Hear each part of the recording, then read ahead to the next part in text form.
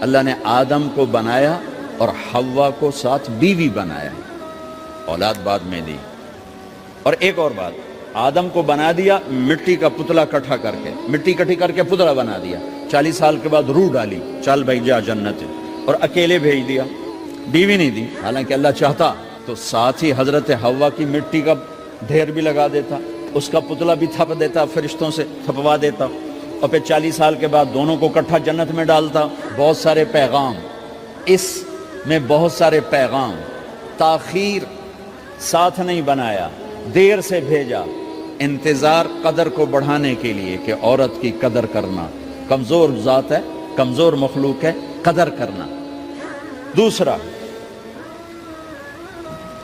پہلے دن پتلا نہیں بنایا کہ ننگا پڑا ہو، عورت کا پتلا ننگا ہو، مٹی کا ہو، پتھر کا ہو، تو اس میں کیا کشش؟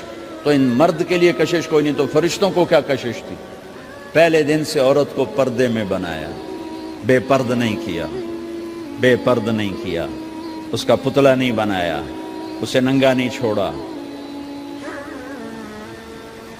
اس کو پہلے دن سے کورڈ۔ اور کیسے بنایا؟ فرشتوں کو کی آنکھوں پہ پردہ اور آدم کو سلا دیا۔ آدم علیہ السلام سوئے ہوئے ہیں، فرشتوں کی آنکھوں کے سامنے پردہ ڈال دیا گیا۔ جب آدم اٹھے ہیں، اور ایک اور بات، جنت میں رہ کر بھی آدم علیہ السلام کا دل نہیں لگتا تھا، اداس اداس رہتے تھے۔ اماں آئی تو بابے دا دل لگا، تو اداس رہتے تھے جنت میں۔ جب آنکھ کھلی تو اپنے لیفٹ سائیڈ پہ ایک خاتون، سر سے لے کر پاؤں تک لباس میں۔ آپ نے سنا ہے نا، یوسف علیہ السلام دنیا میں سب سے خوبصورت ہستی پیدا کیے گئے، یہ مردوں میں، عورتوں میں سب سے خوبصورت حضرت حوا کو پیدا کیا گیا۔ کون ہے؟ کہتے ہیں اللہ کی آدم تیری بیگم، کون ہے تیری بیگم؟ نکاح پڑھایا، پھینکا آدم مہر ادا کرو۔ تو انہوں نے پوچھا کیا مہر دوں؟ تو وہاں تو سونا چاندی ڈھیر لگے پڑے تھے۔ اللہ تعالیٰ کہتے دا من سونا چاہ کے دے دے۔ میرے اللہ نے کہا تیری نسل میں میرا آخری حبیب آنے والا ہے، اس پہ ایک دفعہ درود پڑھ دے، یہ مہر ہے۔ سیدھے ہاتھ میں برکت ہے، پیدا کیا الٹی طرف سے۔ الٹی طرف سے کیوں پیدا کیا ہے؟ کہ الٹی طرف دل ہے، اور دل کے نیچے جو پسلی ہے وہاں سے پیدا کیا۔ اس میں پیغام کیا دیا کہ عورت جس روپ میں ہو، پہلا روپ اس کا بیوی بنا، پھر وہ ماں بنی، پھر اس آگے بیٹی کا روپ ہے، پھر بہن کا روپ ہے، پھر خالہ ہے، پھوپھی ہے، دادی ہے، نانی ہے، ساس ہے۔ جس روپ میں بھی عورت ہے اس کو دل کے قریب جگہ دو۔ یہ دل کے نیچے سے پیدا کرنے میں یہ پیغام دیا گیا ہے، اسے ذلیل نہ کرو، اسے خوار نہ کرو، اسے بے عزت نہ کرو، اس پر شدت نہ کرو۔ تو پہلا بنیادی رشتہ خامند اور بیوی ہے، اور آخری رشتہ بھی خامند اور بیوی ہے۔ لیکن اس وقت ہمارے معاشرے میں خامند سے زیادہ اس کے ماں باپ حق جتلاتے ہیں، خامند سے زیادہ اس کی بہنیں حق جلاتی ہیں، خامند سے زیادہ اس کے رشتہ دار حق جتلاتے ہیں، اور جھوٹی سچی شکایتیں لگا کر بیوی سے متنفر کرتے ہیں، اور کہیں بیوی کو خامند سے متنفر کرتے ہیں، آپس میں لڑائی لڑا کے پھر خوش ہوتے ہیں۔ میرے نبی سے پوچھا جائے یا رسول اللہ آپ کو سب سے زیادہ کس سے پیار ہے؟ تو آپ نے کہا عائشہ سے۔ اللہ، وہ جھیپ کے کہنے کے نہیں، میں پوچھ رہا ہوں لوگوں میں آپ کو کس سے زیادہ پیار ہے؟ تو آپ کہتے ابو بکر سے۔ تو آپ نے پھر کہا ابوہا، مجھے عائشہ کے باپ سے زیادہ پیار ہے۔ پھر پہلے عائشہ کا، تو پھر کہتے ابو بکر۔ تو آپ نے کہا نہیں، ابوہا، مجھے عائشہ کے باپ سے سب سے زیادہ پیار ہے۔ یہ آپ کو میسج دیا ہے کہ گھر کی زندگی کیسے ہوتی ہے، کوئی عشق نہیں چڑھا ہوا تھا، میسج دینا۔ ہم عائشہ چھوٹی عمر کی تھیں، ان کو آٹا گوندھ کے دیتے تھے، آٹا گوندھ کے دیتے تھے، پھر جب ان کو آٹا گوندھنا آ گیا پھر چھوڑ دیا، پھر ان کو سامنے بٹھا کر لقمے بنا کے کھلاتے تھے۔ پھر ہم عائشہ رضی اللہ تعالیٰ عنہ کوئی گوشت کا ٹکڑا، وہاں بڑے بڑے گوشت کے ٹکڑے پکائے جاتے تھے، تو کوئی گوشت کا ٹکڑا اٹھایا اور ایسے 2-4 جگہ سے نوچا اور پھر رکھ دیا، سارا کھایا نہیں جاتا تھا، تو اللہ کے نبی اسی کو اٹھاتے اور حضرت عائشہ کو دکھا کر جہاں سے حضرت عائشہ نے نوچا ہوتا تھا وہاں سے یوں کاٹ کے دکھاتے تھے. پھر حضرت عائشہ رضی اللہ تعالیٰ نے گلاس اٹھایا پانی پینے کے لیے, جہاں ہونٹ لگائے پہ گلاس رکھ دیا. بڑے بڑے گلاس ہوتے تھے تو حضرت ہمارے نبی اٹھاتے تھے, جہاں عائشہ کے ہونٹ لگے ہوتے تھے وہاں ہونٹ لگا کے پانی پیتے تھے. یہ آپ کو سکھانے کے لیے ہے. اپنے گھر والوں کے ساتھ بیٹھ کے کھانا کھاتے.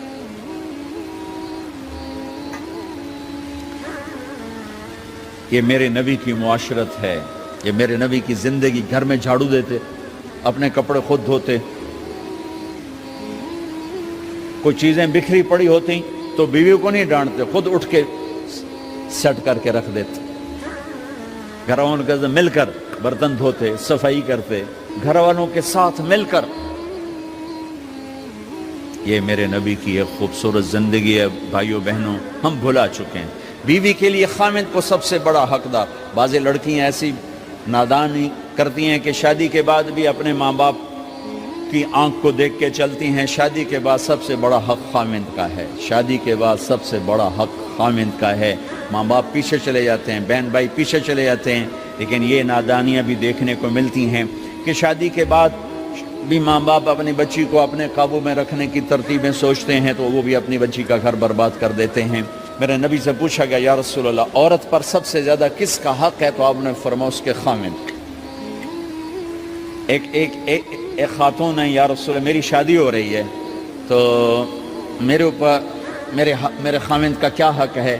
تو آپ نے ارشاد فرمایا, تیرے خامند کے جسم پر زخم ہو, زخموں میں پیپ پڑ جائے اور تو اپنی زبان سے چاٹ کے زخم صاف کرے تو تو نے اپنے خامند کا حق ادا نہیں کیا.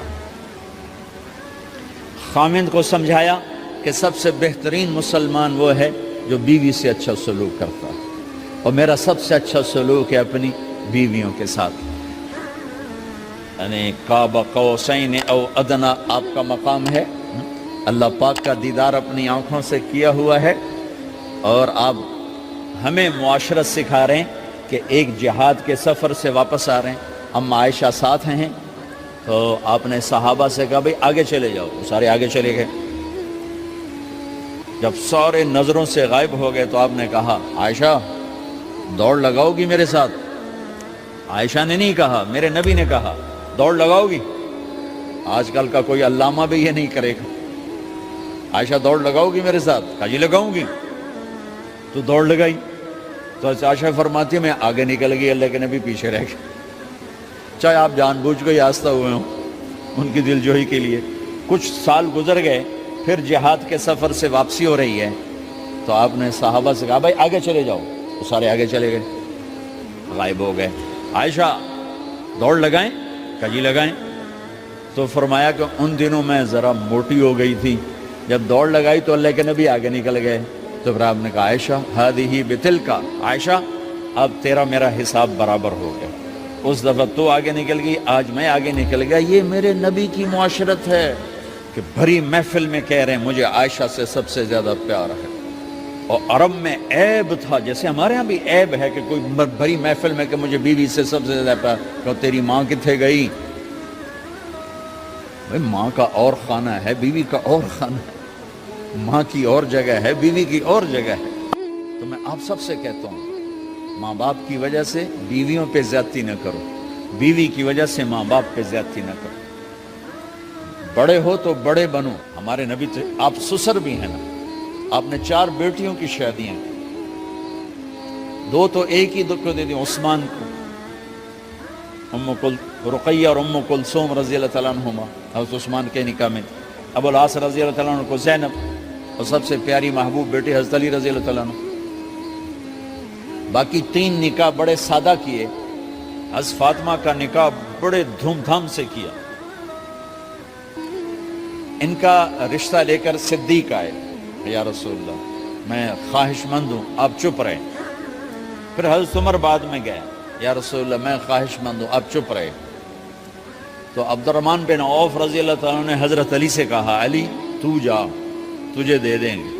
وہ کہنے کہ میں تو بہت غریب ہوں, مجھے کہاں دیں گے. حضرت علی کا ذاتی گھر بھی نہیں تھا, کسی سے ایک کوٹھا مانگ کے اس میں رہ رہے تھے مدینہ میں. کہا نہیں تو جا جا. تو یہ مسجد میں پہنچے, اللہ کے نبی کو دیکھا تو ایسا روب طاری ہوا کہ بولے ہی کچھ نہیں. اللہ کے نبی کو تو پتہ ہے کہ کیا ہے اور کس لیے ہے. تو آپ نے کہا علی کیسے آئے؟ چپ. کہا لگتا ہے فاطمہ کے رشتے کے لیے آئے ہو. جی ہاں. تو آپ نے کہا انشاءاللہ. اتنا کہا انشاءاللہ, اور چپ ہو گئے. تو حضرت علی چپ کر کے اٹھ کے باہر آ گئے. صحابہ باہر کھڑے ہوئے تھے. تو کہنے لگے یار دیکھا نا, میں تمہیں پہلے ہی کہتا تھا مجھے نہ بھیجو, انکار ہو گیا, بولے ہی کچھ نہیں. تو حضرت عبد الرحمن بن عوف کہنے لگے جنہوں نے بھیجا تھا وہ کچھ تو کہا ہوگا, کہ بس انشاءاللہ کہا. کہا تو اللہ کے بندے ہاں ہو گئی, نبی کی انشاءاللہ ہاں ہوتی ہے, یہ ہاں کیوں نہیں کی؟ سبحان اللہ, اللہ اکبر, یہ ہاں کیوں نہیں کی؟ گھر گئے, فاطمہ علی کا رشتہ آیا ہے کر دوں, اس لیے ہاں نہیں کی. ہم تو بیٹیوں سے پوچھتے ہی نہیں, ایپ سمجھتے ہیں بیٹیوں سے پوچھنا. یہ میں گاں نو بن چھڑیا قلعے نال, ایویں اسی دیاں نو بن چھڑنے قلعے نال. مجھے ایک اپنی مطلب برادری لیول کے ایک خاتون کا فون آیا کہ مولانا پڑھایا مجھے لاہور میں اچھے کالجوں میں, اور میری منگنی کرتے وقت مجھ سے پوچھا ہی نہیں, اور ایک شرابی سے منگنی کر کے مجھے اطلاع دی اسی تیری منگنی کر چھڑی ہے, فلانی تاریخ نو تیرا نکاح بھی ہونا ہے. مجھے آج تک گلہ ہے, پوچھ لیتے. اگر نہیں پوچھا تھا چلو میں نہ ساڑھے پنجاب کوئی نہیں پوچھ دے, گاں موج دی طرح ٹور چھڑ دین, تو چلو اتنا تو ویکھ لیں دے بھی کم از کم شراب تو نہ پیندا ہویا. ایک شرابی نال میرا نکاح کر چھڑ, ساری زندگی اڈیاں رگڑ رگڑ میری گزر گئی. علی جیسا رشتہ آیا ہو تو اوپر سے حکم بھی آ چکا ہو کہ علی کو ہی دینا ہے, تو پھر آپ فاطمہ سے پوچھیں فاطمہ تیرا رشتہ آیا ہے علی کا کر دوں؟ حضرت فاطمہ نے ہاں کی تو پھر مسجد تشریف لائے. یہ آپ کو معاشرت سکھائی جا رہی, انسان زندگی کیسے گزارنی ہے, مرد عورت ہے زندگی کیسے گزارنی ہے. پہلا رشتہ جو قائم ہوا دنیا میں وہ ہے خامد اور بیوی, حضرت آدم اور حوا کا نکاح ہوا. اللہ تعالیٰ نے عورت کو کمزور بنایا تو پہلے دن سے اس کو عزت اور احترام دیا تاکہ ساری زندگی اس کمزوری سے ناجائز فائدہ نہ اٹھایا جائے بلکہ اس کو عزت دی جائے. کہ آدم علیہ السلام کے لیے مٹی اکٹھی کی, پانی ڈالا, گوندھا اور ایک اسٹیچو بنایا اور ڈال دیا. جب وہ خشک ہوا اس میں روح ڈالی, اور پھر وہ ننگے بدن تھے, پھر ان کو جنت کے کپڑے پہنائے اور جنت میں ڈال دیا. اس کائنات کا حسن بھی عورت سے ہے اور جنت کا حسن بھی عورت سے ہے. حضرت آدم علیہ السلام جنت میں, لیکن بابے جی دا دل ہی نہیں لگتا, کلے کلے ہی ٹرے پھر دیں. اب اللہ نے عورت کو بنانے کا ارادہ کیا تو اللہ ایک ڈھیر مٹی کا اکٹھا کر کے عورت کے لیے بھی بنا دیتا اور اس کا اسٹیچو بنا دیتا اور اس کو خشک ہونے دیتا, پھر اس میں روح ڈالتا, پھر اس کو کپڑے پہناتا. آپ حیران ہوں گے سبحان اللہ, اللہ نے ایسا نہیں کیا. آدم علیہ السلام سوئے, آنکھ کھلی تو دیکھا ایک خوبصورت حسین عورت. یہ بات اکثر لوگوں کو معلوم ہوگی کہ یوسف علیہ السلام دنیا کے حسین ترین انسان تھے, اور یہ بات شاید کسی کو معلوم نہیں ہوگی کہ دنیا کی سب سے حسین خوبصورت عورت حضرت حوا ہے. حوا جن پر بڑھاپا آیا ہی نہیں, 1000 سال کے قریب زندگی گزاری, بڑھاپا نہیں آیا. حضرت آدم اور حوا قریب قریب عمر تھی. حضرت آدم کی عمر تو کتابوں میں مل جاتی ہے 1000 برس, لیکن حضرت حوا کی عمر کتنی تھی یہ کہیں پڑھنے کو ملا نہیں. اس لیے میں اندازہ کرتا ہوں کہ قریب قریب ہوگی.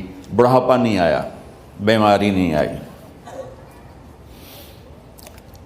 اور حضرت حوا کو مینسز بھی نہیں آتے تھے. یہ عجیب بات آپ کو بتاؤں, اللہ نے اتنا جنت کا ان کے اندر نمونہ رکھا.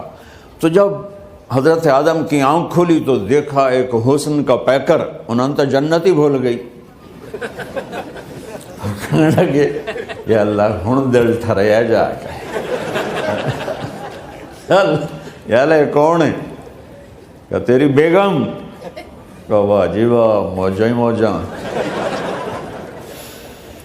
تو اللہ تعالیٰ نے نکاح پڑھایا. سبحان اللہ. اپنے نبی کی شان دوبارہ سنو. تو اللہ نے کہا آدم اپنی بیگم کا مہر ادا کرو. تو وہ پوچھنے لگے کیا مہر ہے؟ دیکھو ایک بات سنو، مہر کسی کی بیٹی کی قیمت نہیں ہوتی. $1 ہو یا $1 ٹریلین ہو، بیٹی کی کوئی قیمت نہیں ہوتی. یہ ایک نشان ہے کہ اس بچی پر اب یہ جو خامند ہے وہ موت تک خرچہ اس کے ذمہ ہے، بیوی کے ذمہ خرچہ نہیں ہے. خامند کما کے لائے گا اور اپنی بیگم کو کھلائے گا، اور بیوی گھر کی ذمہ داری نبھائے گی. تو خیر وہ الگ بات چلی جائے گی. اللہ تعالیٰ نے کہا کہ مہر ادا کرو. کہا جی کیا مہر ہے؟ تو میرے اللہ نے کہا تیری نسل میں میرا آخری نبی آئے گا، اس پہ ایک دفعہ درود پڑھ دے، یہ مہر ہے. اچھا، شروع دن سے ہے کہ میں نے قبول کیا. قبول کیا کا مطلب ہے کہ میں اس لڑکی کو قبول کر رہا ہوں، اس کی کمیوں کے ساتھ بھی خوبیوں کے ساتھ بھی. اور جب لڑکی کہتی ہے سائن کرنا قبول کیا ہے، یا زبان سے کہے قبول کیا ہے، تو یہ اس بات کی گارنٹی ہے کہ میں نے اپنے اس لڑکے کو خامند ہونے کے طور پہ قبول کیا، اس کی کمیوں کے ساتھ بھی، اس کی خوبیوں کے ساتھ بھی. اور جو ہی شادی ہو کر ڈولی سسرال کے گھر جاتی ہے تو ٹیسٹ شروع ہو جاتا ہے، کی کر دیے، باندھی کے میں، اٹھیندی کے میں، بول دی کے میں. اور اس میں بہت زیادہ نیگیٹو کردار ہے سسرال کا، کئی لڑکیوں کا، کیونکہ ہم نے اپنے نبی کی زندگی نہیں قبول کیا. یہ واجب ہے کہنا قبول کیا، کہ جس میں پیغام ہے کہ اب میں اس کی میں کوئی کمی ہے وہ بھی قبول کروں گی، کوئی خوبی ہے تو سر ماتھے پر. اور لڑکا کہتا ہے کہ میں اسے قبول کرتا ہوں، اس کی خوبیوں کے ساتھ بھی، کمیوں کے ساتھ بھی. یہ بات یاد رکھنا، پرفیکشن کبھی تلاش نہ کرنا، پرفیکشن کبھی تلاش نہ کرنا. اللہ نے 100 نمبر نہیں مانگے، 51، ایک نمبر اوپر ہو گیا. گناہ تمہارے 50 ہیں اور نیکی تمہاری 51 ہے، تو اس ایک پر ہم تمہیں جنت میں ڈال دیں. اب کوئی خامند اپنی بیوی میں پرفیکشن دیکھنا چاہے، بیوی اپنے خامند میں پرفیکشن دیکھنا چاہے، ساس سسر اپنی بہو میں، ساس سسر اپنے داماد میں، بھائی اپنے بھائی میں، ماں باپ اپنی اولاد میں، اولاد اپنے ماں باپ میں، جہاں یہ نظر ہوگی تو وہاں لڑائی ہوگی. کمیوں کے ساتھ قبول کرو. قبول کا لفظ اتنا واجب ہے، تو ڈر تو پھر بہ گئی تھی نا.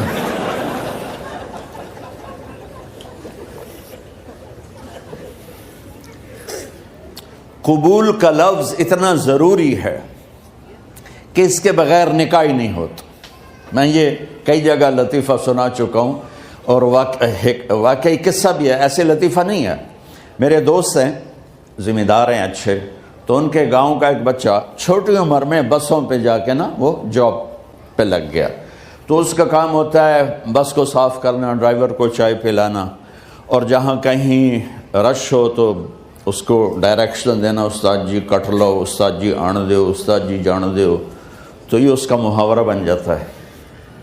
اب اس کا نکاح ہوا تو مولانا صاحب نے کہا بھائی عبد الرحمن، میں فرضی نام لے رہا ہوں، نام مجھے اس کا یاد نہیں، عبد الرحمن زینب بنت اسلم نو تیرے نکاح دیتا 500 مہر، تو قبول کیتا؟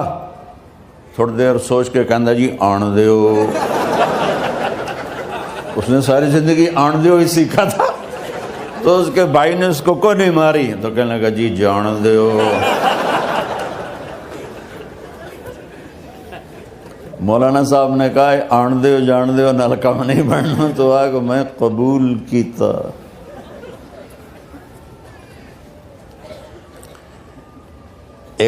یہ بھی صحیح واقعہ سنا رہا ہوں۔ ایک نوجوان نے بیوی کو 3 طلاق دے دی کٹھی، اب ہو گیا پریشان، مولانا صاحب کے پاس گیا، کوئی میرے جیسا ہوگا، مولانا صاحب 3 طلاق دے بیٹھا، کوئی مسئلہ کا حرام؟ کہا جی کوئی رستہ حرام، کوئی گنجائش حرام۔ اس نے جیب سے موٹا سا لفافہ نکالا اور مولانا کے جا نماز کے نیچے ڈال دیا کہ مولانا صاحب کوئی گنجائش؟ کہ ہن تو سوچنا ہی پوے کی آکھیا ہی تو اپنی بیگم نو؟ اس آکھیا جی میں آکھیا ہی 3 طلاق، اس آکھیا مبارک ہوئے طلاق نہیں ہوئی۔ میں آکھیا جی او کیوں میں؟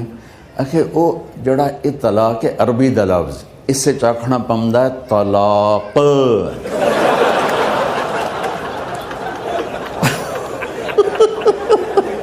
یہ آپ کو صحیح واقعہ سنا رہا ہوں۔ تو تم نے تو چھوٹے کاف کے ساتھ کہا ہے طلاق، او کاف تا کتے آلا ہے، موجاں کر، ایک لفافہ ہو راوے تو چاہے ساری زندگی دا حلال کر دے۔ لفظ قبول اتنا ضروری ہے۔ تو میرے نبی نے 11 شادیاں کی، اللہ کی قسم شوق کی نہیں تھی۔ ما تزوجت وما زوجت الا بوحی من السماء نزل به جبریل۔ کہ لوگوں سن لو میری بات غور سے، مجھے عورت کی کوئی رغبت نہیں ہے، میں نے جہاں شادی کی، جہاں بیٹی کی شادی کی، پہلے اللہ نے آسمان سے جبریل بھیج کے حکم دیا، پھر میں نے قدم اٹھایا۔ تو پہلا رشتہ خاوند اور بیوی ہے جو اس کائنات میں جڑتا ہے، یہ دنیا کا سارے رشتوں میں نمبر 1 رشتہ ہے، سب سے خوبصورت رشتہ ہے، سب سے اہم رشتہ ہے، سب سے بڑا رشتہ ہے۔ والدین کے لیے چند آیات ہیں، اولاد کے لیے چند آیات ہیں، بہن بھائیوں کے لیے چند آیات ہیں، خاوند اور بیوی کے لیے سینکڑوں آیات ہیں، سینکڑوں۔ تو اگر آپ اپنے گھروں میں کامیابی دیکھنا چاہتے ہو، اپنے گھر کو ہاؤس کی بجائے ہوم دیکھنا چاہتے ہو، خوشی کا اگر آپ اسے گہوارہ بنانا چاہتے ہو، اللہ کی قسم ڈگریوں سے نہیں ہوگا، محبت سے ہوگا۔ میرے نبی سے پوچھا گیا یا رسول اللہ اسلام کا سب سے مضبوط عمل، نہیں، میرے نبی نے سوال کیا، بولو بھائی اسلام کا سب سے مضبوط عمل کیا ہے؟ صحابہ نے کہا نماز۔ نہیں، سبحان اللہ، ابھی میں نماز کی کتنی اہمیت بتا چکا۔ انہوں نے عرض کیا جہاد، آپ نے فرمایا نہیں۔ تو صحابہ نے عرض کیا روزہ، آپ نے فرمایا نہیں۔ اللہ اکبر۔ کہ یا رسول اللہ حج، آپ نے فرمایا نہیں۔ تو سارے صحابہ حیران ہو گئے، یا رسول اللہ نماز، جہاد، روزہ، حج، تو پھر کیا ہے؟ اب سننا سارے بہن بھائی، مستورات، بچے بچیاں، آپ نے فرمایا اسلام کا سب سے مضبوط اور بڑا عمل ہے آپس میں اللہ کے لیے محبت کرنا۔ اگر آپ اپنے گھروں میں حسن دیکھنا چاہتے ہو تو ایک دوسرے سے محبت کرو، اظہار محبت کرو، اور محبت کے پیدا ہونے کے لیے بہت ساری چیزیں ہیں، لپیٹ کے 2 میں کر لیتا ہوں۔ 2 میں بیوی کی خوبی دیکھو، کمی نہ دیکھو، خاوند کی خوبی دیکھو، کمی نہ دیکھو، پہلی بات۔ دوسری بات، اس زبان سے زہر نہ اگلو محبت کے پھول، اس زبان سے کڑوے جملے نہ ہوں، طنز نہ ہو، ٹانٹنگ نہ ہو، بےعزت نہ کرو، انسلٹ نہ کرو، تو آپ کے دل جڑ جائیں گے۔ یاد رکھو شکلوں سے زندگی آباد نہیں ہوتی، زندگی اخلاق سے آباد ہوتی۔ تو اپنے گھر سے ٹانٹنگ نکال دو۔ نہ کہا کا مطلب ہے بارش کا زمین میں جذب ہو کر یکجان ہو جانا، دو زندگیوں کا محبت میں جذب ہو کر یکجان ہو جانے کو نکاح کہتے ہیں۔ نکاح آنکھوں میں نیند کا اتر کے سلا دینا، نکاح خامد اور بیوی کا ایسی محبت دینا کہ چین کی نیند آ جائے، نکاح اعتماد کرنا، بھروسہ کرنا، خامد بیوی پہ بھروسہ کرے، بیوی خامد پہ بھروسہ کرے، اے نوے لوک لوک کے فون چیک کو رہے ہوئے کال کتنے کی تھی، کال کتنے کی تھی، عزت دو، اعتماد کرو۔ چوتھا مطلب درخت کا چھاؤں بنا دینا، نہ کہا میاں اور بیوی، خامد اور بیوی کا محبت کی ایسی چھاؤں بنانا کہ اس کے نیچے اولاد کا پودا خوبصورتی سے پیدا ہو سکے۔ نہ کہا صرف لفظ نکاح کے مطلب بتا رہا ہوں، نہ کہا مریض کو، کدھر ڈاکٹر بیٹھے ہیں میرے سامنے بیٹھے ہیں، مریض کو دوا ایسی دینا کہ وہ شفا یاب ہو جائے، آپس کے ایسے تعلق بنانا کہ زندگی کو شفا مل جائے۔ میرے بھائی بہنوں، میں آپ کو اپنے نبی کی زندگی بتا رہا ہوں۔ میرے نبی نے 11 شادیاں کی، اللہ ذوالجلال کی قسم، صرف ہمیں زندگی سکھانے کے لیے کہ گھر کی زندگی کیسے ہوتی ہے اور اولاد کو کیسے پالا جاتا ہے۔ اب لوگ کیا مجبوریاں ہیں کہ عورت بھی جاب کرتی ہے، مرد بھی جاب کرتا ہے، عورت کی سب سے بڑی جاب اپنی نسل کو پالنا ہوتا ہے۔ جب یہاں ٹائم نہیں ملتا بچے کو، نہ ماں سے ملتا ہے نہ باپ سے ملتا ہے، تو پھر وہ جنگل کا پودا بن جاتا ہے۔ یہ تو وینکوور ہے، فیصل آباد کی بات سناتا ہوں۔ میرے بچے جس اسکول میں پڑھتے تھے ان کے پرنسپل سے میری دوستی تھی، میں ملنے گیا ایک دن، تو کہنے لگے جی عجب واقعہ ہوا ہے کہ یہاں 2 بچے پڑھتے ہیں، ان کی ماں بھی ڈاکٹر ہے اور باپ بھی ڈاکٹر ہے، تو وہ دونوں آئے ہیں میرے پاس کہ ہمارے بچوں نے 3 دن ہو گئے ہیں گھر میں کھانا نہیں کھایا، تو ہم پریشان ہیں، ہمیں بتاتے نہیں، کائنڈلی آپ پوچھ کے بتائیں کہ وہ کھانا کیوں نہیں کھا رہے۔ ایک باری کر کے بھی دکھا دو۔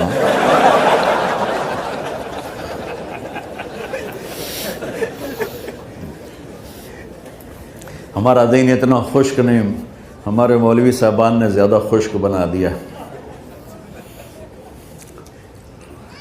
تو انہوں نے دونوں بچوں کو بلایا، سننا سارے فیملیز بیٹھے ہو جہاں میں فیملی کی زندگی کو فوکس کر کے نبی سے جوڑ کے بتا رہا ہوں، طارق جمیل کے تجربے نہیں بتا رہا۔ دونوں بچوں کو بلایا، بیٹا آپ کھانا کیوں نہیں کھا رہے؟ کہا جی ہم اپنے ممی اور بابا کے سامنے نہیں بتائیں گے۔ تو انہوں نے دونوں کو باہر بٹھا دیا، پھر پوچھا اب بتاؤ کیا مسئلہ ہے؟ ان کا سر ہم صبح جب ناشتہ کرتے ہیں تو ہمارے ممی ڈیڈی سو رہے ہوتے ہیں، ہماری ان سے ملاقات نہیں ہوتی۔ جب ہم اسکول سے واپس آتے ہیں تو ممی ڈیڈی اپنے میڈیکل کالج میں ہوتے ہیں، ہاسپٹل میں ہوتے ہیں، تو ہمیں ان کو دیکھنے کا موقع نہیں ملتا۔ شام کو جب ہم کھانا کھاتے ہیں تو یہ دونوں اپنے پرائیویٹ کلینک میں ہوتے ہیں، تو ہم ان کو دیکھ نہیں پاتے۔ پورا ہفتہ گزر جاتا ہے، ہمیں ماں باپ کی شکل نظر نہیں آتی۔ تو ہم نے اسٹرائک کی ہے کہ ایسے ماں باپ کی روٹی کیا کھانی جو اپنی شکل بھی نہ دکھا سکیں، تو اس لیے ہم نے کہا ہم نے بائیکاٹ کیا ہے، گھر میں نہیں کھانا ہے۔ تو ایسی لائف مت بناؤ۔ یہاں ایک بہت بڑا چکر شیطان دیتا ہے، بڑی گاڑی لے لو، $100 کی قسط تو ہے، اور بڑا گھر لے لو، $200 یا $100 کی قسط تو ہے، پھر میاں بھی کام کرے، بیوی بھی کام کرے، جو کہ بڑا گھر باقی رہے، تو خوشیاں تو مٹ گئیں۔ جو ڈبل جاب کرے گا، پھر ڈبل جاب کرتے ہیں، ڈبل جاب کرنے والا بیچارہ تھکا ہوا ذہن لے کے آتا ہے، وہ کیسے ٹائم دے گا اپنے بچوں کو خوشی کے ساتھ؟ جو ماں جاب کر کے آئے گی پھر کھانا پکائے گی، وہ جب اتنی تھک جائے گی تو اپنے بچوں کو کھلا ٹائم کیسے دے سکے گی؟ پوری کائنات کی ذمہ داری تھی میرے نبی کے سر پر، اور آپ اس کے باوجود روزانہ حسن حسین کے لیے وقت نکالتے تھے۔ اور انہوں کو آ کر کوئی لیکچر نہیں، دیکھو ماں باپ سے ایک بات کرتا ہوں، لیکچر تھوڑا دو، محبت زیادہ کرو۔ یہ نہ کرو، یہ کیوں کیا، یہ کرو، یہ کرو، یہ چھوڑ کر صرف سینے سے لگاؤ، صرف محبت دو، کمیوں سمیت بچوں کو قبول کرو، ان کی زندگی تبدیل ہو جائے گی۔ اتنے بڑے نبی، اتنی بڑی ذمہ داری اور اتنا درد سینے میں کہ آپ کے سینے سے ایسے ابلنے کی آواز آتی تھی جیسے ہانڈی ابلتی ہے، اس کے باوجود آپ روزانہ کہتے این اللقا، میرے شرارتی بچے کدھر ہیں؟ تو وہ بھاگے بھاگے آتے، دیکھو میں فزیکل کر کے بتاؤں گا تاکہ آپ کو پتہ چلے زندگی کیسے گزاری، کہ میرے شرارتی بچے کدھر ہیں؟ 7 بر اعظم کی ذمہ داری ہے، اور تھوڑی چھوٹیاں چھوٹیاں جابن تو تسی کہتے ہو بزی بڑے ہیں، بزی بڑے ہیں۔ میرے نبی پہ 7 بر اعظم کے انسانوں کی ذمہ داری ہے، اور آخری آنے والے انسان تک کی ذمہ داری ہے۔ اس سے بڑی جاب کس کی ہوگی کائنات میں؟ اور پھر آپ روزانہ آتے ہیں این اللقا، میرے شرارتی بچے کدھر ہیں؟ تو حسن حسین بھاگے بھاگے آتے، آپ ان کے لیے یوں ہو جاتے تھے، آؤ بھائی میری کمر پہ چڑھ جاؤ۔ اپنے نبی کی عظمت کو جانو کہ انہوں نے زندگی کیسے سکھائی۔ چاند کے 2 ٹکڑے کر دینا کوئی معمولی بات ہے، آسمان چیر کے چلے جانا معمولی بات ہے، ایک زندگی سکھا کے جانا سب سے بڑی بات ہے۔ کتنی اولادیں برباد ہو گئی ماں باپ کی وجہ سے، کتنے گھر اجڑ گئے ساس سسر کی وجہ سے، کتنے گھر اجڑ گئے لڑکی کے بدتمیز ہونے کی وجہ سے، کتنے گھر اجڑ گئے لڑکے کے شرابی اور باہر کی گندگی کی وجہ سے۔ زندگی سیکھو۔ یہ اتنے بڑے نبی ہو کر آپ یوں ہو رہے ہیں جیسے میں نے آپ کو کر کے دکھایا، دونوں کو اوپر بٹھا لیتے اور کمرے میں چکر لگاتے تھے، پھر یوں کر کے پوچھتے تمہارا اونٹ کیسا ہے؟ سوال۔ پھر دونوں کو اتار دیتے اور اپنی نواسی زینب، جن کو حضرت علی کی وراثت ملی، کس کی؟ علم کی، فصاحت اور بلاغت کی، ان کو کمر پہ بیٹھا لیتے اور اکیلی زینب کو پورے گھر میں چکر لگواتے تھے۔ اور بھی دکھ ہیں زمانے میں محبت کے سوا، راحتیں اور بھی ہیں وصل کی راحت کے سوا، کیا صرف کمانا ہی کام ہے؟ ادھار کی زندگی سے بچو، خوش و خرم رہو۔ اس کو قسط دینی ہے، یہ قسط دینی ہے، یہ قسط دینی ہے، یہ دینی ہے، سر میں درد نہیں ہوگا تو اور کیا ہوگا؟ تو آپ اتنے بڑے عظیم ہو کر وقت نکال رہے ہیں۔ اور حضرت ابو ہریرہ فرماتے ہیں میری آنکھوں نے دیکھنا سارے کہ آپ نے کبھی حسن کبھی حسین، یہاں جیسے مائیں کرتی ہیں ادھر کھڑا کیا ہوا ہے اور جھولا جھولا رہے ہیں ایسے، اور ان کے دونوں ہاتھ پکڑ کر کہہ رہے ہیں آ جاؤ، اوپر آ جاؤ، اوپر آ جاؤ، آگے پہاڑی ہے، اوپر آ جاؤ، آگے پہاڑی ہے۔ تو ایسے ایسے آتے، اور اوپر آؤ، وہ یہاں آ جاتے، آگے آؤ، وہ یہاں آ جاتے، آگے آؤ، وہ یہاں آ جاتے، تو پھر آپ یوں ہو جاتے، آگے آؤ، تو چڑھتے چڑھتے یہاں آ جاتے، یہاں جب وہ یہاں آ جاتے تو آپ ان کے ہاتھ فکس کر کے آگے بڑھ کر ان کے ہونٹوں کا بوسہ لیتے اور کہتے یا اللہ میں ان سے پیار کرتا ہوں، تو بھی ان سے پیار فرما۔ بھائیو اللہ کی قسم، پیسے سونے چاندی سے زندگی میں خوبصورتی نہیں آتی، نبی کی غلامی سے زندگی میں خوبصورتی آتی ہے۔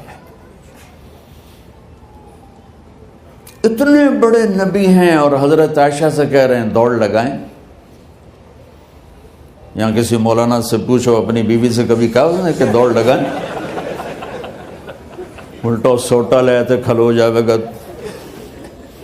عائشہ دوڑ لگائیں، اور واپسی کہاں سے ہو رہی ہے؟ دوڑ کہاں لگ رہی؟ جہاد کے سفر سے واپسی ہو رہی۔ اور آپ نے اپنے صحابہ سے کہا سب آگے چلے جاؤ۔ جب سارے آگے چلے گئے اور کوئی نظر نہیں آ رہا تو آپ نے کہا عائشہ آؤ دوڑ لگائیں۔ تو حضرت عائشہ کہتی ہم نے دوڑ لگائی تو میں آگے نکل گئی، لیکن ابھی پیچھے رہ گئے۔ کچھ سال گزرے تو پھر ہم سفر سے واپس آ رہے تھے تو آپ نے صحابہ سے فرمایا سب آگے چلے جاؤ، چلے گئے۔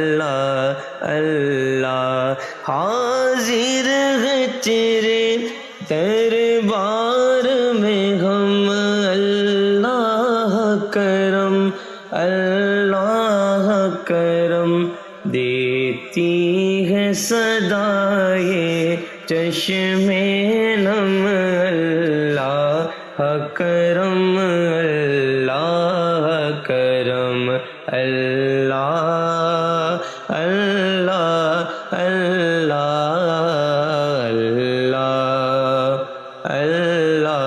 اللہ۔ آپ نے کہا عائشہ دوڑ لگائیں، میں نے کہا جی لگائیں۔ کون دنوں میں ذرا موٹی ہو گئی تھی تو پھر اللہ کے نبی آگے نکل گئے، میں پیچھے رہ گئی۔ تو آپ نے کہا عائشہ ہذہ بتلک، آج تو اور میں برابر دلیلیں مانگتا ہے اور مجھے مثالیں دیتا ہے اور مجھے کہتا ہے اس پرانی ہڈی کو کون زندہ کرے گا جو سرما بن گئی؟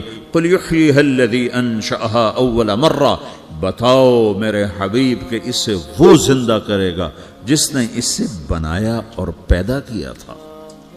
وہو بکل خلق علیم، ہر مخلوق پر اس کی نظر ہے، اندھیرا اجالا برابر ہے، اوپر نیچے برابر ہے، زمین کا اندر زمین کا اوپر برابر ہے، سمندر کے اوپر سمندر کے نیچے برابر ہے۔ 800 میٹر کے بعد سورج کی روشنی سمندر کے اندر سفر نہیں کر سکتی، 800 میٹر کے بعد نیچے اندھیرا ہے، کالی رات ہے، اوپر 12 بجے کا سورج ہے اور آسمان صاف ہے اور چمکتی دھوپ ہے، اور سمندر میں 800 میٹر کے بعد اندھیرا ہے اور اس میں کھرب ہا کھرب ملین ٹریلین اللہ مچھلیوں کو پیدا بھی کرتا ہے، زندگی بھی دیتا ہے، رزق بھی دیتا ہے، موت بھی دیتا ہے، غذا بھی پہنچاتا ہے۔ کسی ایک سے ایک لمحے کے لیے میرا رب غافل نہیں ہے۔ لا يعزب عن ربك من مثقال ذرہ، ایک ذرے سے ایک ذرہ بھی تیرے رب کی نظر سے چھپ نہیں سکتا۔ اینما تکونوا یأت بکم اللہ جمیعا، جدھر جاتے ہو چلے جاؤ، اللہ کھینچ کے واپس لائے گا، اپنے سامنے کھڑا کرے گا۔ تو موت کے بعد کیا ہے؟ میں مختصر ہر چیز کا جواب قرآن سے دے رہا ہوں۔ موت کے بعد کیا ہے؟ تو میرا رب کہتا ہے یوم نسیر الجبال، میرا رب کہتا ہے پہلے ایک ہے طارق جمیل کی موت اور ایک ہے کل کائنات کی موت۔ ابھی مارتا ہوں ایک ایک کو اور ایک دن ماروں گا سب کو۔ وہ کیا ہے؟ اذا وقعت الواقعہ، اس نے ہونا ہے، لیس لوقعتها کاذبہ، اسے روک کوئی نہیں سکتا، اسے جھٹلا کوئی نہیں سکتا۔ خافضۃ الرافعہ، کچھ اونچے کچھ نیچے۔ کیسے ہوگا؟ اذا رجت الارض رجا، زمین میں زلزلہ، وبست الجبال بسا فکانت ہباء منبثا، اور پہاڑ تھر تھرائے کپ کپائے اور ریزہ ریزہ ہو گئے۔ یہ ایک دن آنے والا ہے۔ یوم تشقق السماء، آسمان پھٹے گا۔ اذا السماء انفطرت واذا الكواكب انتثرت واذا البحار فجرت واذا القبور بعثرت، ہر شے اکھڑ گئی، ہر شے کو اکھاڑ پچھاڑ دیا۔ اذا الشمس كورت، سورج، واذا النجوم انكدرت، ستارے، وَإِذَا الْجِبَالُ سُيِّرَتْ، پہاڑ، وَإِذَا الْعِشَارُ عُطِّلَتْ، جانور، وَإِذَا الْبِحَارُ سُجِّرَتْ، یہ تمہارا دو سمندر، یہ سب میرا رب کہتا ہے مٹا دوں گا، ختم کر دوں گا، کچھ باقی نہیں چھوڑوں گا۔ كُلُّ مَنْ عَلَيْهَا فان، ہر شے کو فنا ہے۔ وَيَبْقَى وَجْهُ رَبِّكَ ذُو الْجَلَالِ وَالْإِكْرَامِ، ایک تیرے رب کو بقا ہے، باقی سب کو موت ہے۔ سب کو موت دے کر پھر اللہ ملک الموت سے پوچھے گا، موت کے فرشتے سے، کون باقی ہے؟ حالانکہ اللہ کو پتا کون باقی۔ زمین والے مر گئے، آسمان والے مر گئے، پیچھے رہ گئے 4 فرشتے جنہوں نے عرش کو پکڑا ہوا ہے، اور 4 فرشتے جو اللہ کے مقرب ہیں۔ تو اللہ تعالیٰ پوچھے گا کون باقی؟ وہ کہے گا یا اللہ بھائی یہ فرشتے باقی ہیں۔ تو اللہ تعالیٰ فرمائیں گے عرش کے فرشتوں کو موت دے دو، تو دھڑم گریں گے عرش کے فرشتے۔ پھر اللہ تعالیٰ کہا کون باقی؟ تو تو وہ کہیں گے یا اللہ یہ جبریل میکائیل اسرافیل اور تیرا غلام. تو اللہ تعالیٰ فرمائے گا جبریل میکائیل مر جائیں تو اللہ کا عرش بول پڑے گا, عرش یا اللہ جبریل میکائیل کو بچا لو. تو اللہ تعالیٰ فرمائے گا اسکت فقط کتبت الموت علی من کان تحت عرشی, چپ ہو جاؤ میرے عرش کے نیچے سب کو مرنا ہے. یہ کیا دنیا ہے, یہ کیا دنیا ہے. کس کے پیچھے ایمان کے سودے ہو رہے ہیں, کس کے پیچھے جھوٹ بول بول کے مال بیچے جا رہے ہیں, کس کے پیچھے رشتے اور ناتوں کو توڑا جا رہا ہے, کس کے پیچھے بھائی بھائی سے لڑ رہا ہے. یہ کیا ہے, یہ کیا دھوکہ ہے, یہ دھوکے کا گھر, یہ مچھر کا پر, یہ مکڑی کا جالا. گزر جاؤ اس سے اپنی آخرت کا سامان تیار کرتے ہوئے. پھر اللہ کہے گا کون باقی, کہے گا یا اللہ اسرافیل اور تیرا غلام. اسرافیل کے ہاتھ میں وہ سور ہے جو پھونک رہا ہوگا. تو اللہ تعالیٰ کہے گا اسرافیل مر جائے, وہ گیا اسرافیل, اور جو سور تھا وہ اڑ کر جیسے یہ فانوس لٹکا ہوا چھت کے ساتھ ایسے عرش کے ساتھ جا کر وہ لٹک جائے گا سور. پھر اللہ کہے گا کون باقی, تو اب ملک الموت کی ٹانگیں کانپنے لگ جائیں گے, سب کی روح نکالنے والے کی باری آ گئی کہ اللہ وہ سب تو اوپر تو ہے اور نیچے میں ہوں. تو میرا اللہ کہے گا مت, مر جا, تو بھی میری ایک مخلوق, خلق من خلق. تو ملک الموت ایک چیخ مارے گا, ایسی چیخ مارے گا کہ زمین آسمان ہوتے تو پھٹ جاتے, وہ پہلے ہی پھٹ چکے ہیں. سب کو موت دینے کے بعد اللہ کہے گا من کان علی شریکن فلیات, کوئی ہے میرے مقابلے تو آؤ آؤ. من کان علی شریکن فلیات, کوئی میرے مقابلے میں ہے تو آؤ آؤ. من کان علی شریکن فلیات, کوئی میرے مقابل ہے تو آؤ آؤ. کون آئے, سب کو تو موت دے چکا ہے. پھر اللہ زمین آسمان کو جھٹکا دے گا, کہے گا انا الملک, میں بادشاہ ہوں. پھر دوسرا جھٹکا دے گا, پھر کہے گا انا القدوس السلام المومن, میں ہوں قدوس سلام مومن. پھر تیسرا جھٹکا دے گا, پھر کہے گا انا المہیمن العزیز الجبار المتکبر. پھر اللہ تعالیٰ کہے گا این الملوک, بادشاہ کہاں ہے؟ این الجبارون, ظالم کہاں ہیں؟ این المتکبرون, تکبر کرنے والے کہاں ہیں؟ لمن الملک اليوم, آج بادشاہ کون ہے؟ کوئی ہو تو جواب دے. پھر اللہ خود کہے گا للہ الواحد القہار, آج اکیلے اللہ کی بادشاہی ہے, اللہ کی بادشاہی ہے, اللہ کی بادشاہی ہے جسے زوال نہیں, زوال نہیں. عباسی خلیفہ واثق باللہ مرنے لگا 32 سال کی عمر میں. تو جب موت نے, جب بڑا ظالم تھا, بڑے علماء شہید کے اس خلق قرآن کے مسئلہ میں, تو جب موت نے جھٹکا دیا تھا یا من لا یزال ملکہ ارحم من زال ملکہ, اے وہ بادشاہ جس کا ملک ختم نہیں ہو سکتا, اس پہ رحم کر جس کا ملک ختم ہو گیا, ملک ختم ہو گیا. پھر اللہ تعالیٰ کہے گا انی بدأت بالدنیا ولم تکن شیئا وانا الذی اعیدها, میں نے دنیا کو بنایا, میں نے مٹایا, اب دوبارہ زندہ کروں گا. اب اگلا مرحلہ آ گیا, وہ کیسے ہوگا؟ وہ بھی اللہ نے قرآن میں بتایا. وہ کیسے ہوگا؟ یوم نسیر الجبال, ہم پہاڑوں کو ہٹا دیں گے, سمندر مٹا دیں گے. وتری الارض بارزا, زمین ننگی ہوگی, کھلی, نہ پہاڑ, نہ صحرا, نہ دریا, نہ سمندر, نہ جھیل, نہ ساؤتھ پول, نہ نارتھ پول جہاں برف جمی ہوئے. قاعا صفصفا وحشرناہم, اور پھر میں تمہیں جمع کروں گا. فلم نغادر منہم احدا, ایک بھی پیچھے نہیں چھوڑوں گا. کس لیے؟ لقد احصاہم, میں نے گھیرے میں لیا ہوگا. وعدہم عدا, ایک ایک کو گن گن کے اٹھاؤں گا. وَقُلٌ آتِيهَ يَوْمَ الْقِيَامَةِ فَرْدًا, اور آج تم سب اکیلے اکیلے میری بارگاہ میں پیش کیے جاؤ گے. وَلَقَدْ جِئْتُمُونَا فُرَادًا كَمَا خَلَقْنَاكُمْ أَوَّلَ مَرَّةٍ, میں نے تمہیں جیسے ماں کے پیٹ سے تنہا نکالا تھا, آج تمہیں تنہا نکالوں گا. عُرَاةً حُفَاةً غُرْلًا, یہ حدیث کے الفاظ ہیں. ننگے بدن, ننگے سر, ننگے پاؤں اللہ تعالیٰ اٹھائے گا قبروں سے. ہو قبر پھٹے گی تو پھر کیا ہوگا؟ تو جنہوں نے اللہ کو ناراض کیا ہوگا وہ قبر سے نکلتے ہی کہیں گے یہ تو وہ دن آ گیا جس سے ہمیں لوگ ڈراتے تھے، تیاری کر لو، تو کہیں گے یا ویلنا من بعثنا من مرقدنا، قرآن سورہ یاسین، کہیں گے ہائے ہمیں کس نے اٹھا دیا، ارے ہمیں موت ہی دے دو، یہ کس نے اٹھا دیا؟ تو جنہوں نے اچھی زندگی گزاری ہوگی وہ بھی قبروں سے نکلیں گے تو وہ ان کو جواب دیں گے ھذا ما وعد الرحمن وصدق المرسلون، یہی تو وہ دن ہے جس کا اللہ نے وعدہ کیا تھا اور نبیوں نے سچی خبر سنائی تھی، اسی کے لیے تو ہم تیاری کرتے رہے، تم غافل رہے۔ پھر میرا رب جمع کرے گا سورے، کیسے جمع کرے گا؟ یومئذ تعرضون لا تخفى منکم خافیہ، آج تم سب اللہ کے بارگاہ میں پیش ہوگے، کوئی چھپ نہ سکے گا، سب کھڑے ہوئے ہیں۔ اور پھر کیا ہوگا؟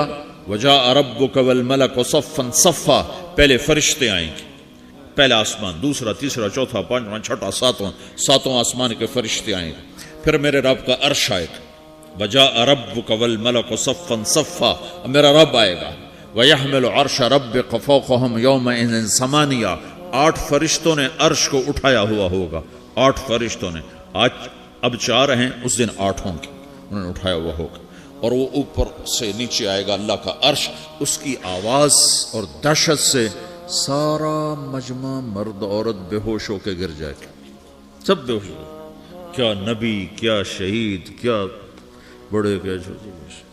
پھر میرے نبی نے فرمایا سب سے پہلے مجھے ہوش آئے گا،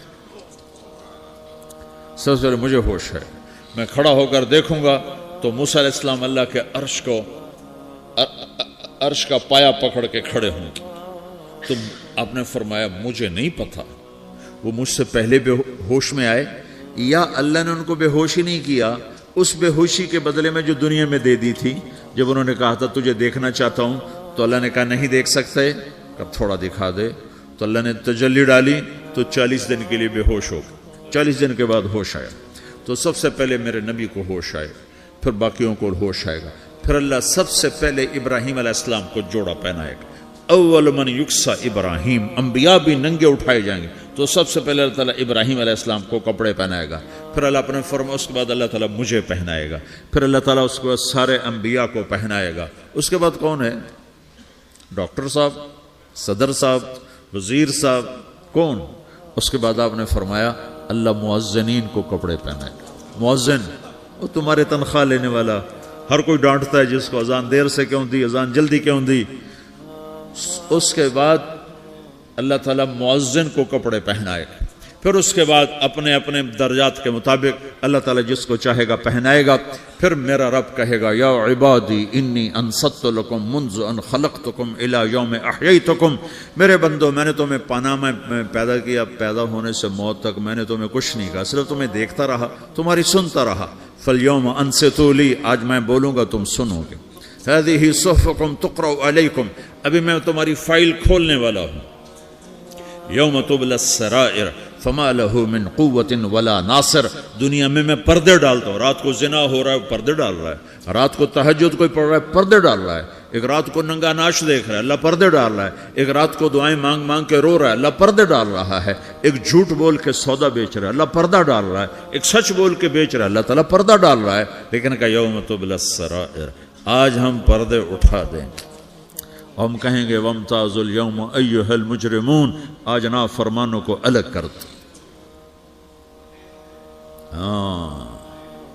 یہ دنیا جزا سزا کی جگہ نہیں ہے، یہ امتحان ہے۔ پھر میرا رب کہے گا جنت آئے، ازلفت الجنت للمتقین، پھر میرا رب کہے گا جہنم آئے، وبرز الجحیم للغاوین، پھر رب کہے گا پل صراط بچھایا جائے، وَإِن مِّنكُمْ إِلَّا وَارِدُهَا، پھر اللہ فرمائے گا ترازو لایا جائے، ترازو، وَنَضَعُ الْمَوَازِينَ الْقِسْطَ لِيَوْمِ الْقِيَامَةِ، پھر میرا رب کہے گا حساب شروع کیا جائے، بلاؤ فلاں بن فلاں کو بلاؤ، یجاء بابن آدم یوم القیامہ فیوقف بین یدی اللہ تعالی کانہ بزج، ہر آدمی کو، فرشتے، مرد کو، عورت کو اللہ کے سامنے جب کھڑا کریں گے تو ایسے کانپے گا جیسے چھوٹا بکری کا بچہ کانپتا، ایسے کانپ رہا ہوگا ایسے.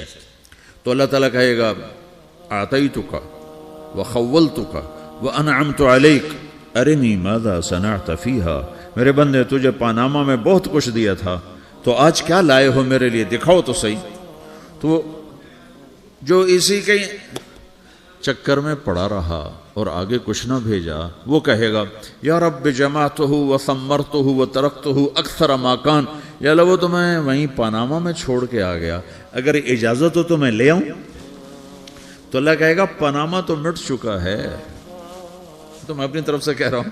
اللہ تعالیٰ کہے گا نہیں نہیں وہ نہیں، ارنی ماذا قدمت، جو پیچھے چھوڑ کے آئے ہو میں اس کا سوال نہیں کر رہا، جو آج لائے ہو وہ کدھر ہے، لاؤ بھائی، اس کی اچھائی بھی لاؤ، برائی بھی لاؤ، نیکی بھی لاؤ، گناہ بھی لاؤ، اچھا بھی لاؤ، برا بھی لاؤ، جھوٹ بھی لاؤ، سچ بھی لاؤ، آج لاؤ. بندگی بھی لاؤ، غفلت بھی لاؤ، ظلم بھی لاؤ، عدل بھی لاؤ، ہر چیز کو تولو. دنیا میں آپ چیزیں تولتے ہو، آخرت میں اللہ عمل تولے گا. ہائے ہائے جس کے عمل گھٹ گئے اور گناہ بڑھ گئے، تو اللہ اکبر، ایک فرشتہ اعلان کرے گا ان فلان ابن فلان قد خفت موازینہ وشقی شقاء لا یسد بعدہ ابدا، فلاں فلاں کا بیٹا، فلاں فلاں کی بیٹی، اس کی نیکیاں گھٹ گئیں، وہ ہار گیا، وہ ہار گئی، اب یہ کبھی کامیاب نہ ہوگا. تو اللہ کہے گا خودو ہو، پکڑو. تو پولیس آتی ہے، پکڑ ہتھ کڑی لگاتی ہے. تو اللہ کی پولیس آئے گی، وہ کیسے پکڑے گی، مجھے دیکھو، میری طرف دیکھو. تو اللہ کی پولیس آئے گی تو مجرم کو یہاں سے پکڑے گی، یہاں سے، یہاں ہاتھ ڈالیں گے یہاں، اور اس کو ایسے کھینچیں گے ٹھک، تو اس کا پورا جبڑا باہر نکل جائے گا. تو ایسے گرے گا چکر کھاتا ہوا، پھر اٹھ کر کہے گا رحم کرو، رحم کرو، رحم کرو. وہ کہیں گے رحمان نے رحم نہیں کیا، ہم کیسے کریں. تو سرابیلہم من قطران، آگ کا لباس پہناؤ، وتغشا وجوہہم النار، آگ کی ٹوپی پہناؤ. یوم نسوق المجرمین الی جہنم وردا، انہیں بھوکے پیاسے آگ میں ڈال دو. یوم نحشر المتقین الی الرحمن وفدا ونسوق المجرمین الی جہنم وردا. نیکوں کے جانے کا طریقہ اور ہوگا، نافرمانوں کے جانے کا طریقہ اور ہوگا. کوئی عورت غلط ہوگی، ہار جائے گی، تو اس کو منہ میں ہار نہیں ڈالیں گے، اس کو سر کی چوٹی سے پکڑیں گے، بالوں سے، اور اس کو سے جھٹکا دیں گے. تو ایسے کلا بازیاں کھاتی ہوئی گرے گی، کہے گی رحم کرو، رحم کرو. وہ کہیں گے رحمان نے رحم نہیں کیا، ہم کہاں سے رحم کر. یہ ہارے ہوئے لوگ ہیں. یہ سب کچھ ہونے والا ہے، یہ سب کچھ ہونے والا ہے. اور اگر اس کی نیکیاں بڑھ جاتی ہیں، اوہو، تو میرا رب اعلان، تو فرشتہ اعلان کرے گا فلاں فلاں کا بیٹا کامیاب ہو گیا، نیکیاں بڑھ گئیں، مبارک ہو، مبارک ہو. تو میرا رب کہے گا کیا کہے گا؟ قرآن سے ہی سنو. فَأَمَّا مَنْ أُوتِيَ كِتَابَهُ بِيَمِينِهِ، جس کے سیدھے ہاتھ میں پیپر آ گیا، یہ کامیابی کی نشانی، نیکیاں بڑھ گئیں. تو ایک نعرہ لگائے گا. آدمی جب خوش ہوتا ہے تو نعرے مارتا ہے نا، جب زیادہ خوشی چڑھتی ہے تو نعرے لگاتا ہے. تو چھوٹے بچے بھی خوش ہوتے ہیں تو چیخنا شروع کر دو، ہو ہا کرتے ہیں. تو جب وہ دیکھے گا کہ میرے لیے جنت ہو گئی، تو ایک نعرہ لگے گا، ہو. تو وہ کہیں گے تمہیں کیا ہوا، کیا ہوا؟ تو اس کے نعرے کو قرآن نے لفظ بنا دیا، اس کے نعرے کو قرآن نے لفظ بنایا. فَأَمَّا مَنْ أُوتِيَ كِتَابَهُ بِيَمِينِهِ، جس کے سیدھے ہاتھ میں پیپر آیا، فَيَقُولُ هَاؤْمُ اقْرَءُوا كِتَابِيَهْ. وہ ایک نعرہ، یہ جو ہا میں یہ لفظ نہ، یہ نعرہ ہے. تو وہ کہیں گے کیا ہوا؟ کہے گا اقرؤوا کتابیہ، میرا پیپر دیکھو، میں پاس ہو چکا ہوں، میں پاس ہو چکا ہوں، میں پاس ہو چکا ہوں، میرا پیپر دیکھو.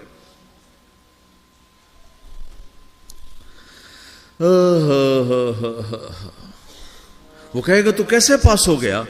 کہے گا انی ظننت انی ملاقن حسابیہ، مجھے پتا تھا میرا رب پاناما میں میرا ٹیسٹ لے رہا ہے، میں تیاری کرتا رہا، میں خالی ڈالر نہیں جوڑتا رہا، میں تیاری کرتا رہا۔ تو اب اللہ کا جواب آ رہا ہے، اب اللہ کہہ رہا ہے فَهُوَ فِي عِيشَةٍ رَاضِيَةٍ فِي جَنَّةٍ عَالِيَةٍ قُطُوفُهَا دَانِيَةٌ كُلُوا وَاشْرَبُوا هَنِيئًا بِمَا أَسْلَفْتُمْ فِي الْأَيَّامِ الْخَالِيَةِ، میرے بندے کو جنت مبارک ہو، میرے بندے کو اعلیٰ زندگی مبارک ہو، عالی شان جنت مبارک ہو، جنت کے تحفے، جنت کے پھل مبارک ہوں، جس کے گچھے لٹکے ہوئے تمہارے سروں کے اوپر مبارک ہوں۔